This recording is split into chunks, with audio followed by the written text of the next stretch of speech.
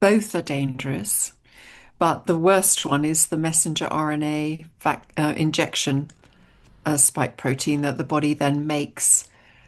So there's a number of reasons for that. Um, when somebody gets the infection, they get very few, much fewer spike protein. They're exposed to a smaller number of spike protein in the infection, and it's really confined to their mucous membranes in the nasal passages, the sinuses, and the upper airway. Whereas when people were given the messenger RNA injection, it was systemic, so it was all over the body, and it was this little rib of the protein pattern, the messenger RNA, little ribbons of pattern, which then entered all of the cells that it could get, and including into the brain. So it passed through the blood-brain barrier, went into the brain, it went all over the body. They said it stayed in the arm, but actually it didn't. And I think one of your subsequent questions is going to cover that a bit Yes. more. But the messenger RNA was making the body make a spike protein, which is more toxic, even more toxic than the infection. It has something called pseudouridine in it, which means that it's very, very difficult to break it down.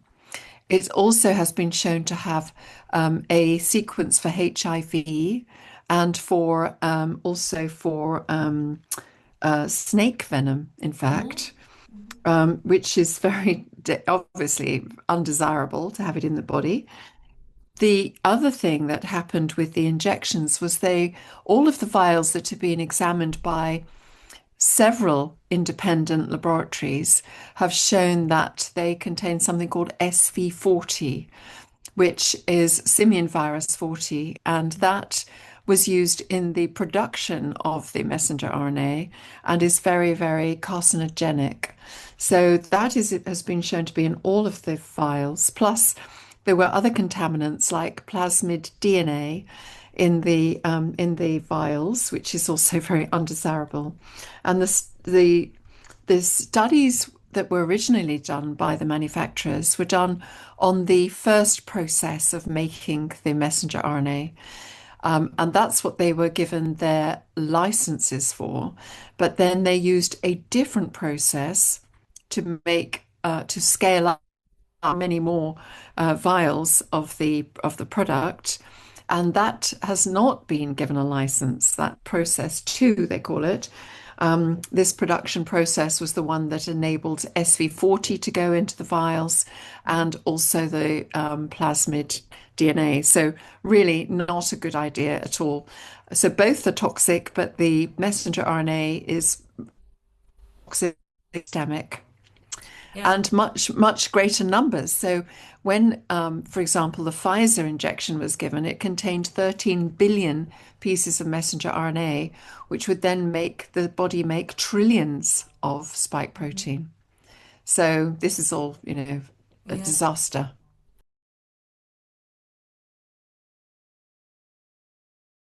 We now know they did no um, distribution they're called biodistribution studies. So the Pfizer, etc., did not do any biodistribution studies to see where it exactly went. And I think they didn't do that because they knew exactly where it went, and they didn't want to reveal to people how dangerous these things were. A Japanese group did some biodistribution studies quite early on in 2021, Mhm. and they showed that 16% went to the ovaries and the testicles, 2% went to the liver.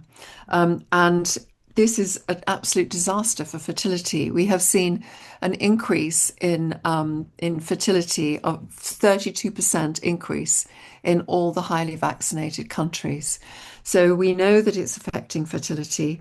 We can see at the biological level what is happening in the testicles, for example.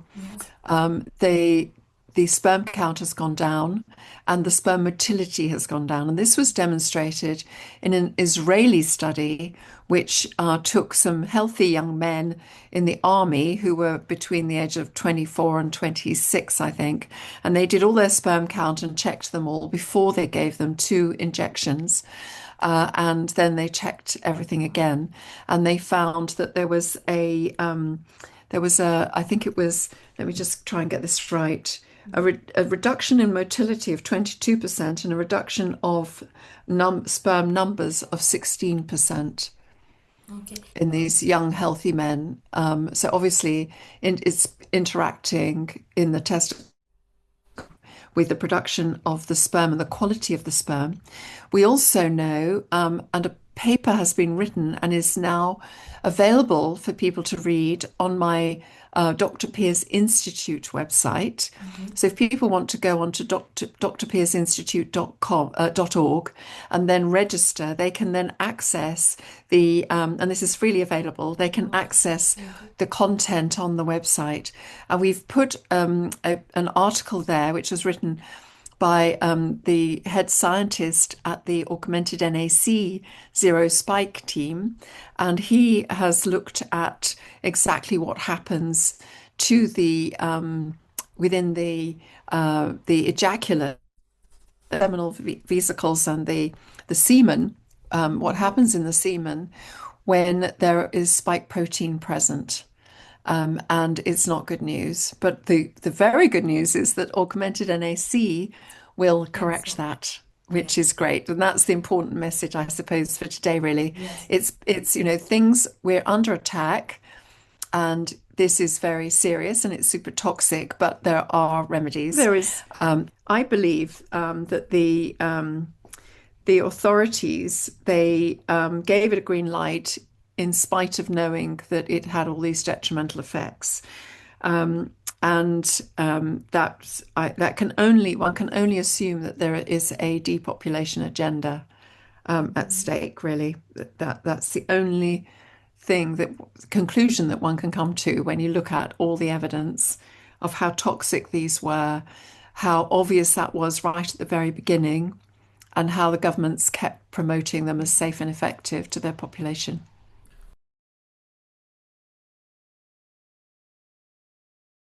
Well, we know that when we look at the live blood analysis of everyone who has had the injections, their red blood cells are sticking and clumping together and forming something called rouleau bodies.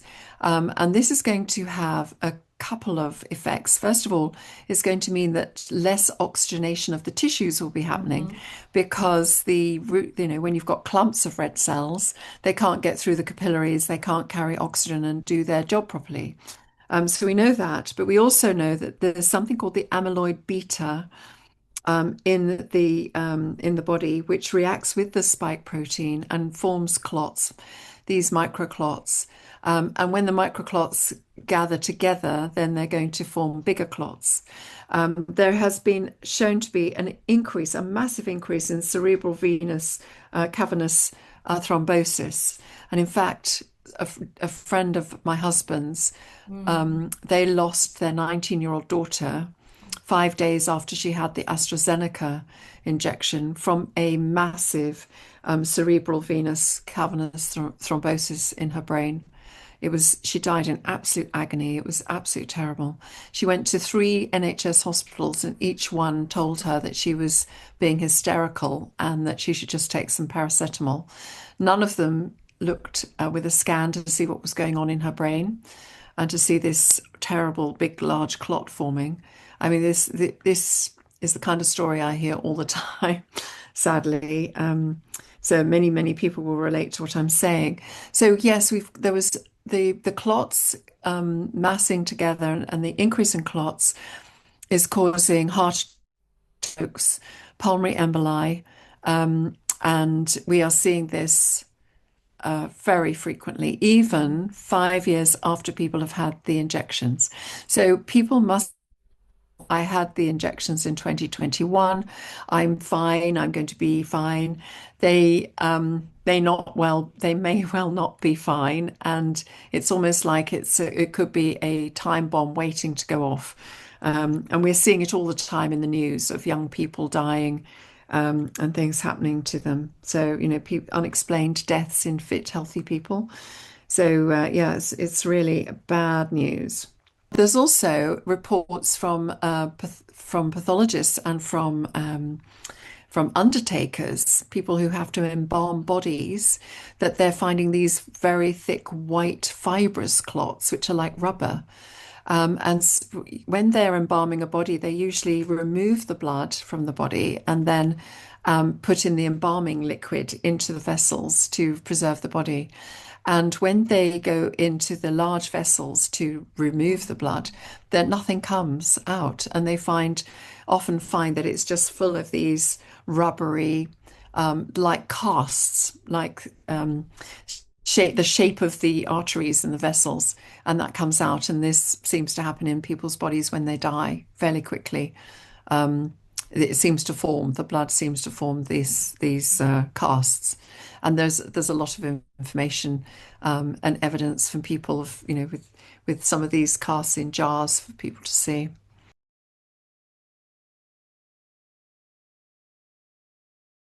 All of the evidence just that it's a bioweapon produced by in the labs in America that were developing bioweapons, and they were quite proud of their developments.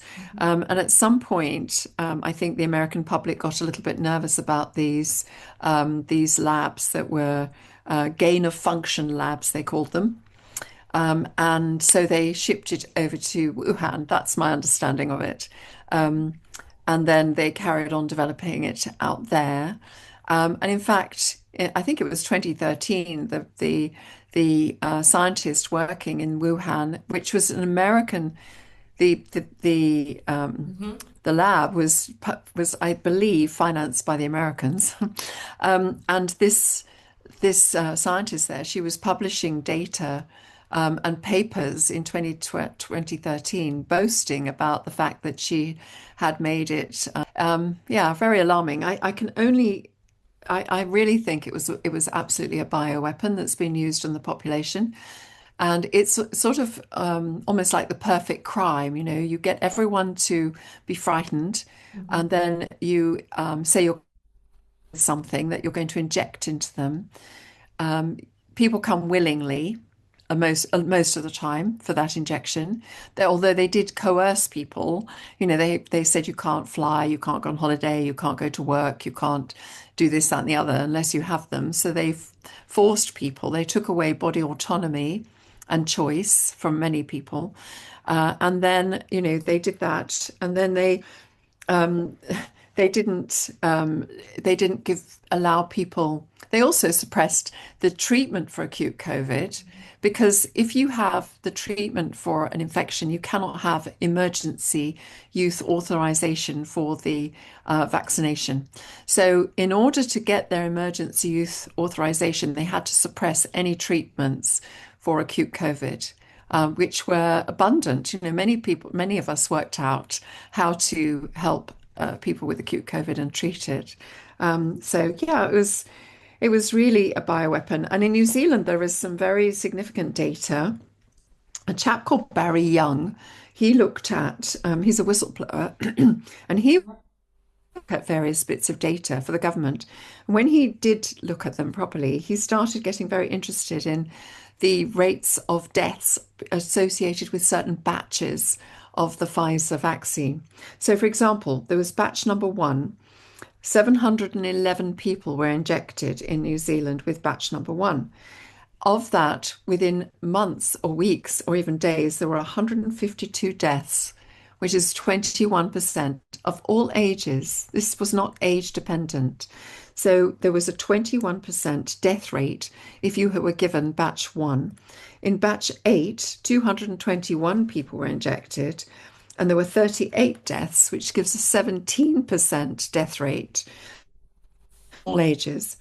And then batch three, there were 310 people given this batch, and there were 48 deaths, which was a 15% death rate.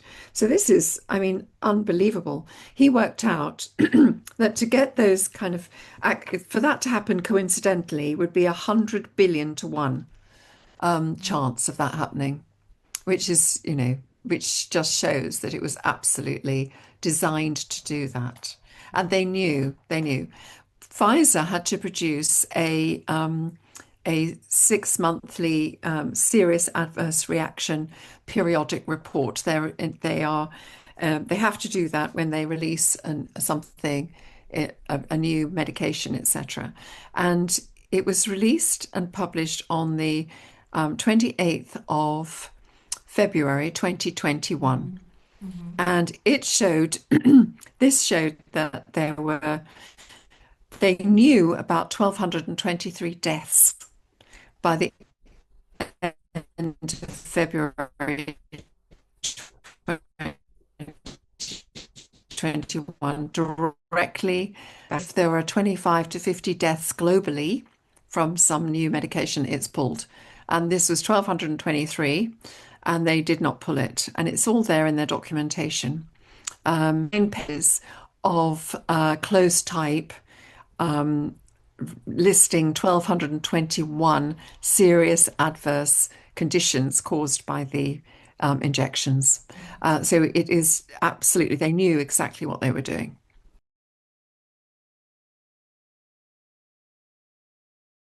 I believe that's because if there is a treatment for an acute infection, then they cannot use emergency use authorization. But by not allowing people to be treated and telling the population there is no treatment, it increased the fear. It increased people's worry about dying from the infection because there is no treatment. This article came out of Italy about the postmortems of some patients who had died from COVID, very sadly. And the postmortem said that they couldn't understand what was going on in the lungs of the patients. They had hyperinflammation, also had hemorrhaging, and they had blood clots, and they had a breakdown of the membranes. And those can all be caused by the cytokine storm from the mast cells. Because I was treating people with mast cell activation syndrome, I knew about that. And I've thought, well, if that was the case, then these patients weren't killed by the infection. They were killed by their reaction to the infection. The body's own immune response was in overdrive, and it was causing too many cytokines to be released by the mast cells so that it caused the hyperinflammation, etc. So therefore, my logic was that if you then treated patients who were struggling with COVID with treatment for the mast cell activation syndrome, that they should improve. Now, most people, when they got COVID, were fine. They had a flu or an illness. When I caught COVID, it lasted about, I'm honestly not joking, 15 minutes of symptoms, and then it was gone because I was on these medications that I put myself on. And so the ones who were struggling with COVID were the 20% of the population, I believe, who had mast cell activation syndrome. So the treatment for that would be vitamin C, high doses of vitamin C, high doses of vitamin D, magnesium, selenium, zinc, something called quercetin, which is a mast cell stabilizer, and antihistamines, but not one a day, like it says on the box. So loratadine or cetirizine or fexofenadine, but 4 times a day, so that you took the maximum safe dose. And also, maybe if you could get hold of it, some famotidine, that would also help, which is interesting because you said that was in one of the protocols. Yeah.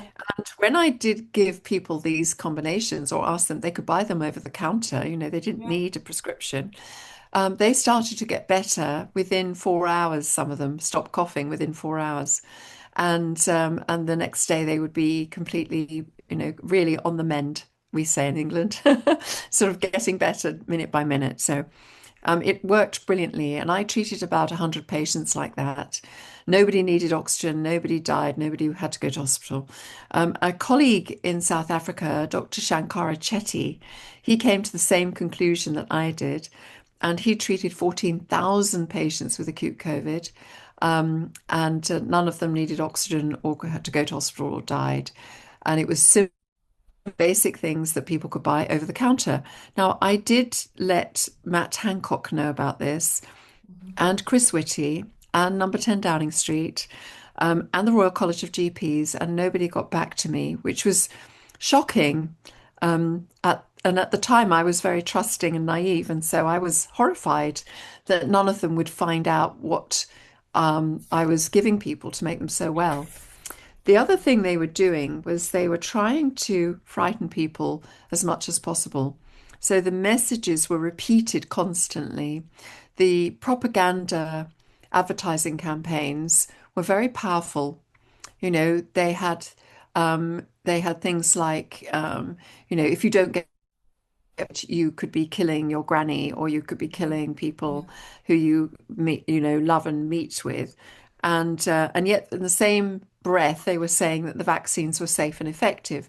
So if the vaccines were safe and effective, then anyone vaccinated shouldn't catch anything from anybody else who isn't vaccinated. So it didn't make sense at all. It really didn't make sense. And they were putting COVID, I know for a fact, on the death certificates of many, many people who did not die from COVID. So they were inflating the figures and making it look like more people were dying from COVID than were actually dying, to frighten people. So I know of cases where people committed suicide and they had COVID on their death certificate. One of my patients, her husband sadly died in a motorbike accident, and he had COVID on his death certificate. Another one of my patients was looking after her very elderly, frail parents who were in their 90s, and she just isolated them completely, and herself. So she was their only carer, the only person going in to look after them. And she did not get COVID, and she did not take COVID into them. But when they both died, they had COVID on their death certificates. So they were inflating the numbers of the made there was much more COVID around than there actually was, by setting the PCR test to be very highly falsely positive. So the PCR test isn't COVID specific for a start. So if somebody had another infection, it could go positive, but it couldn't differentiate between flu, colds, and COVID. And then also they set the number of cycles of the PCR test to be far too many, so that in some cases, 97% false positives. So when they said on the news, on the BBC News, 100,000 positive cases, it was less than 3,000 actually. So the population were frightened into thinking there was much more COVID, more people were dying of COVID, and that there was no treatment for it. And this made it much easier to manipulate them into all taking the vaccine when it became available. And tragically, many of them did. However, actually, 30% of the UK population did not take the vaccine. And that's a very interesting statistic, because the government was telling us only 3% were not taking it, to make people feel that they were in a tiny minority if they had decided not to take the vaccine. But actually, it was 30% of people who were critically thinking for themselves and thinking, no, actually, I'm not going to do this. This doesn't feel right. There isn't enough safety data, or whatever their reasons were. I also believe that that's why they did the lockdowns, to stop us talking to each other. Because if you're at the office and you're having a coffee and you're speaking to your colleagues, 30% of them will be thinking critically and will be skeptical. And so they would spread that throughout the office, wouldn't they? They would say, I don't think this is safe. And they would cast doubt in other people's minds. And very quickly, everyone in the office would say, actually, I'm not going to take it either. Whereas if you kept people at home away from their loved ones, away from their colleagues and friends, then people couldn't discuss this kind of thing so easily. And they weren't exposed to the critical thinkers and the skeptics amongst us. So people were control and were more like sheep when it came to the vaccines.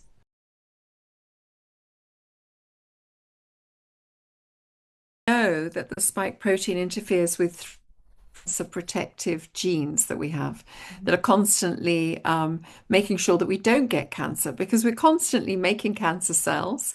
And these three genes, the P53, the BRCA1, and the PRB gene, are constantly vigilantly looking to check for any precancerous cells. And when they see them, they they destroy these cells so that we stay cancer free. And these genes have been switched off by the spike protein. So people are much more vulnerable to any cancer mutations that are occurring in their cells. We also know that it upregulates and switches on 17 oncogenes, which are genes that cause cancer and can cause cancer. So it's a double whammy. It's switching off the protective genes that stop the cancer forming, and it's switching on 17 genes that can cause cancer. And what we're seeing as a result is a massive increase in cancers. Our cancer hospitals are absolutely inundated with people of all ages, and lots of rare cancers are being presented as not so rare now. And also lots of people who were in remission maybe for 20 years have now got a recurrence of their cancer. And they also, there's the turbo cancer description has come from these cancers are very rapid indeed. So people go from a matter of weeks, it can be literally a matter of weeks from presenting with a pain in their back to dying.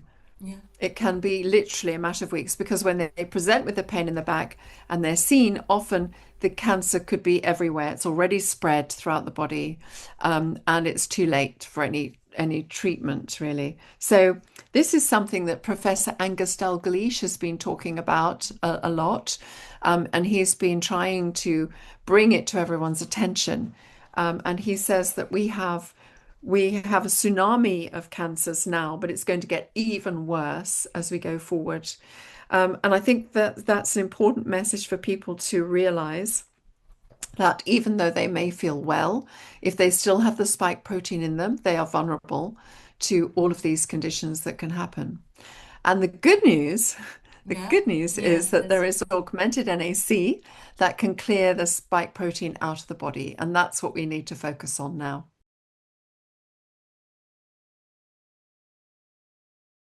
It's available as a supplement to access it if they want to use it. And it's very important that they do. So this team of scientists, who are amazing Italians, they were watching what was going on with COVID from 2020, and they were working with an amazing scientist called Dr. Loretta Bolgan, and she was studying the infection, the injections, the spike protein, what it does in the body, all the interactions, everything. And she wrote a 2,000-page document on all these interactions and everything. It's a really fantastic document. I've never seen one that is so detailed and precise and comprehensive. And she realized that the supplement that could pull the spike protein off the ACE2 receptors. Now, ACE2 receptors are in all our organs. They're on the surface of the cells. They're on the surface of the mast cells, which are some of our immune cells. They're on the surface of the cells lining all the arteries and the vessels in our body. And the spike protein has a very good affinity. It's like a magnet. It sticks to the ACE2 receptors. And she noticed that the N-acetylcysteine was able to separate the spike protein from the ACE2 receptors. And that was a very important observation, because then she said, let's look at how if the NAC also has other effects on the spike protein, if it can actually break it up, because the body cannot break it up. So once people have had exposure to COVID or the injections, their body has got trillions and trillions of spike protein, and the body cannot clear it. It's a non-human toxic protein that we have never made before. And therefore, we've never developed the pathways to clear it out. So it needs to be broken up into many pieces for the body to be, then the liver to be able to clear out these little bits of spike protein.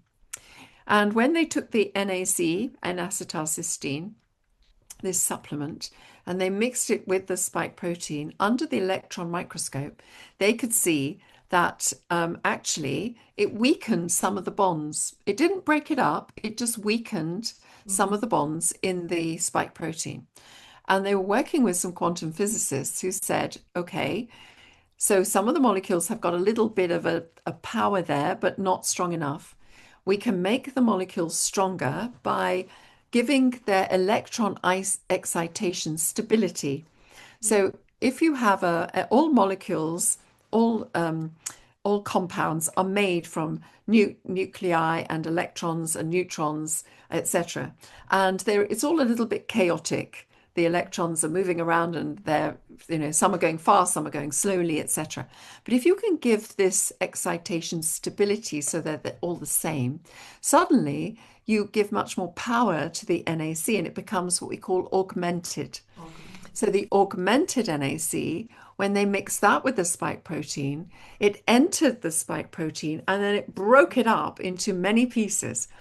And then the liver could gather those pieces when the blood flows through the blood into the liver. The liver could take those pieces and excrete them out through the urine. So this was a great eureka moment. We found the answer to clear the spike protein. Now, I have a clinic where I see patients with long COVID and with mast cell activation syndrome and patients who are vaccine injured. Now, sometimes the vaccine injuries are called long COVID, okay? Yeah, so it's used as a sort of term to try and hide the vaccine injured. But many of them are very, very sick. And it's very obvious that it was the vaccine that caused the sickness because they had the vaccine and immediately reacted very badly and ended up with lots of symptoms, which nobody seems to be able to treat. Now, in my clinic, I see many, many patients now who are still presenting, new patients coming through who have had these vaccine injuries since 2021. So they've had 4 years, 5 years of illness. They have tried many, many protocols, many of which are publicized widely over the Twitter and the internet, etc.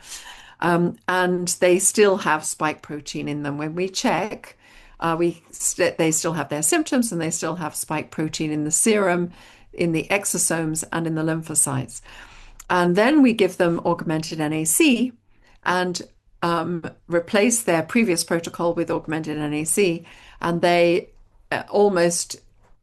very quickly, some of them almost immediately feel better.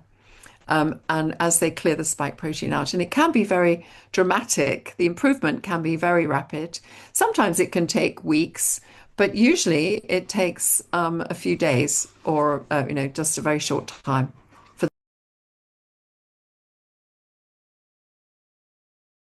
website, which is called Menopause Consultants UK, there is a section there which talks about self-help. And recommended products. And on there, they will see a protocol, they'll see a link for the orders, and they'll see a discount code as well, which should help people because it gives them 10% off. We really want people to use this, and the protocol use 3 times a day for 3 months, and then take 1 a day forever. Because some people may make more spike protein all the time. There isn't an off switch. So they maybe are going to make it for the rest of their lives. And this toxic, poisonous protein has to be cleared out of the body on a regular basis. So it's better to take, once you've done 3 months of clearing it all out, 3 times a day, then take one a day forever. And if I go on an airplane or to a conference where there are lots of people, I take more again. I take maybe 3 times a day again for a couple of days because I want to make sure that the spike protein is not in my body. And also, when some people are still going, unbelievably, they're still going and having the jab, who are very trusting of the government and of the doctors, etc. And so when somebody has had the injections, they shed the spike protein in their breath, in their sweat, in their saliva, in their semen, and so they can share it with other people. And when we're shopping and out and about, seeing old relatives, etc., maybe they are giving us spike protein again, which is why it's important to carry on taking it.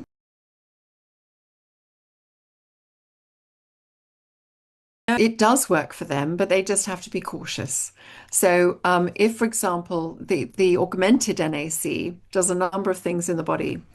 It not only does it break up the spike protein, it also it thins the blood and it makes it less likely to clot. So you have to bear that in mind when somebody is taking, say, medication to also thin the blood. Maybe they can adjust the medication to make it less of a dose, so that they are mindful, and they need to talk to their clinician, their doctor, about it so that they're aware. They may need to adjust the dose of their current medication. But I would say that it's important to remove the spike protein and maybe just do it more slowly with smaller doses of the augmented NAC. But it's really critically important to do that. So, for example, if somebody's taking aspirin because they just want to reduce their risk of having a clot of some description for a heart attack or a stroke or something, then they could reduce the dose of the aspirin, and they could take the augmented NAC, but they do need to speak to their doctors about this.